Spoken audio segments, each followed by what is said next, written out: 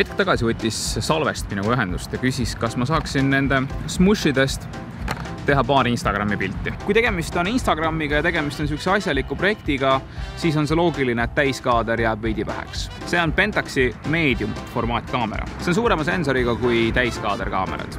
Ja see tundub olevat ju täpselt see mõistlik asi, millega peaks Instagrami ja Facebooki jaoks pilte tegema.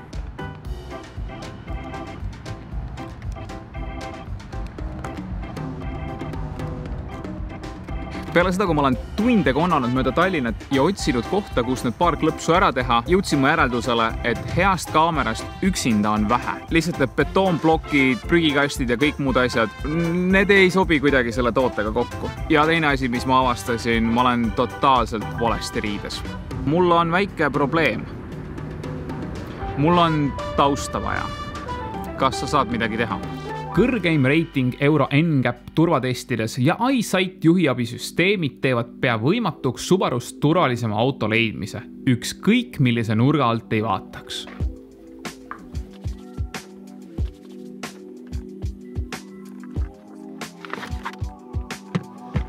Sul on kindlasti küsimus, miks me oleme keset metsa ja näeme välja nagu kootibänd, kes on just albumi välja andnud. See on nime lihtne, miks kõik fotograafid kannavad kas musta või tumedat. Erinevad sellised pakendid peegeldavad tohutult hästi igasuguseid värve. Juhul, kui sa ei taha veeta tunde Photoshopis, et siit mingid siniseid ja punaseid jutte välja shoppida, kanna tumedat. Järgmine asi, miks ma kannan soojal päeval kindaid, siis ei jää näpuheljet peale. Kui toote pildistamisest endast rääkida, siis on mõned lihtsamad näpunäited. Esimese asjana jälgi tausta.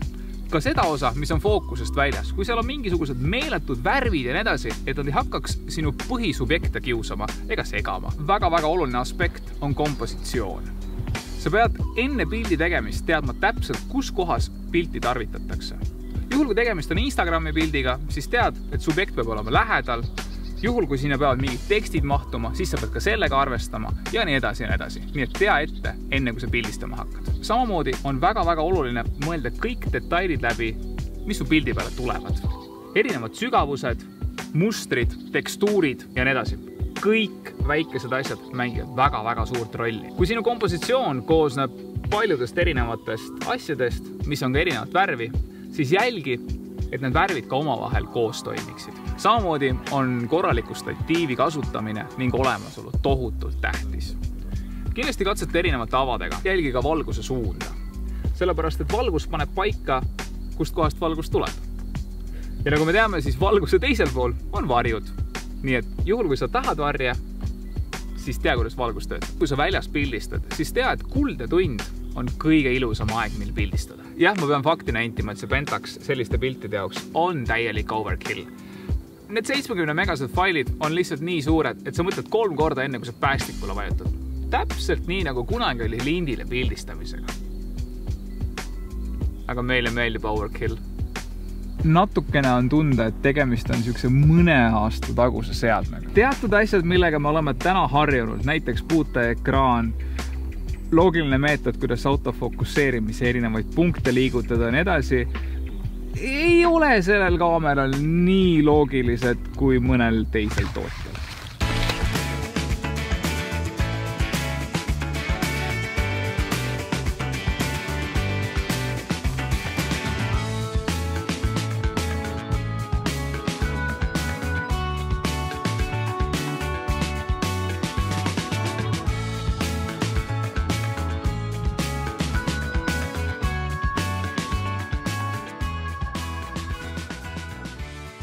Kiivi on kõige parem. See on kõige parem. Õppesin ja ma oli kõige parem. Kell on märkamatult saanud 6:30 hommikul ja meie oleme siin rabas mütanud nüüd tunde. Siinkohal ma võtan vabaduse teha üleskutse. Tule toast välja ja mine metsa. Siin on tõesti kaif. Siin on pardid. Päris pardid, et ei ole üldse need mängupardid. Koostöös Salvestiga oleme välja pannud 3 sellist kinkepakki. Selleks, et loosis osaleda, vaata alla kirjeldusse, kogu informatsioon on seal. Ja ausalt öeldes ma usun, et sa tahad ise ka neid smoothisid maitsta. Meile nad meeldisid. Puhtad, värsked, ilma mingite suhkrute ja muude sünteetiliste asjade. Me korjame asjad kokku ja lähme stuudiosse, et vaadata need meeletult suured pildid, mida see Pentax tegi ka üle.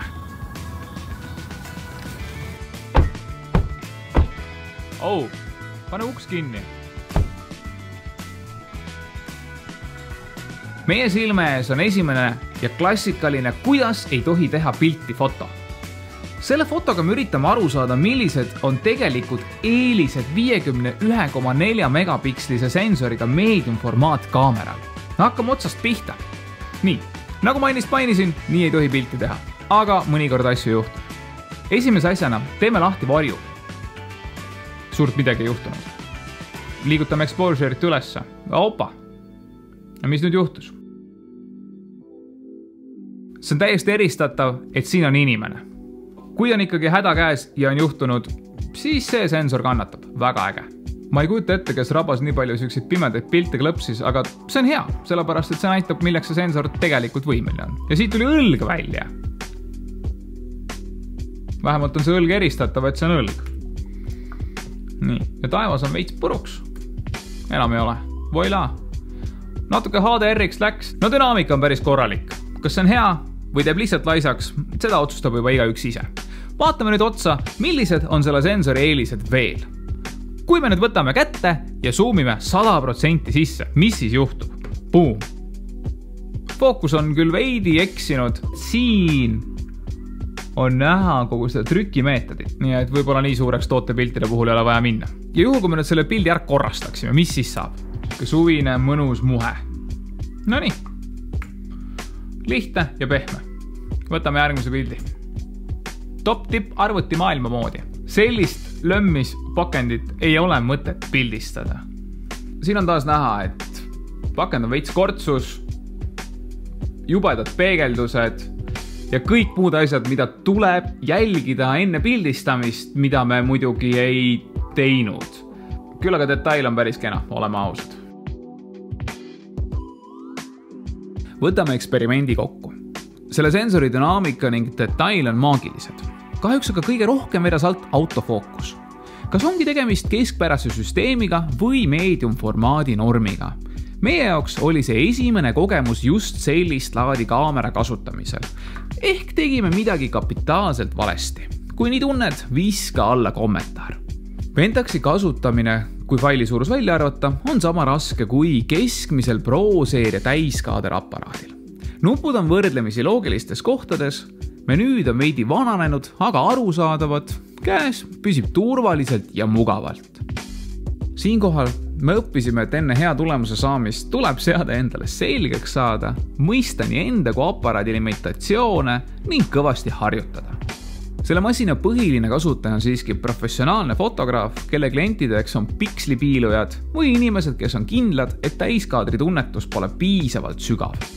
Nii kõrge klassi portree, arhitektuuri või maastiku pildistamisel tundub olevat Pentax isegi päris mõistlik kaaslane. See olukord, kuhu meie ta panime, polnud kindlasti mõistlik.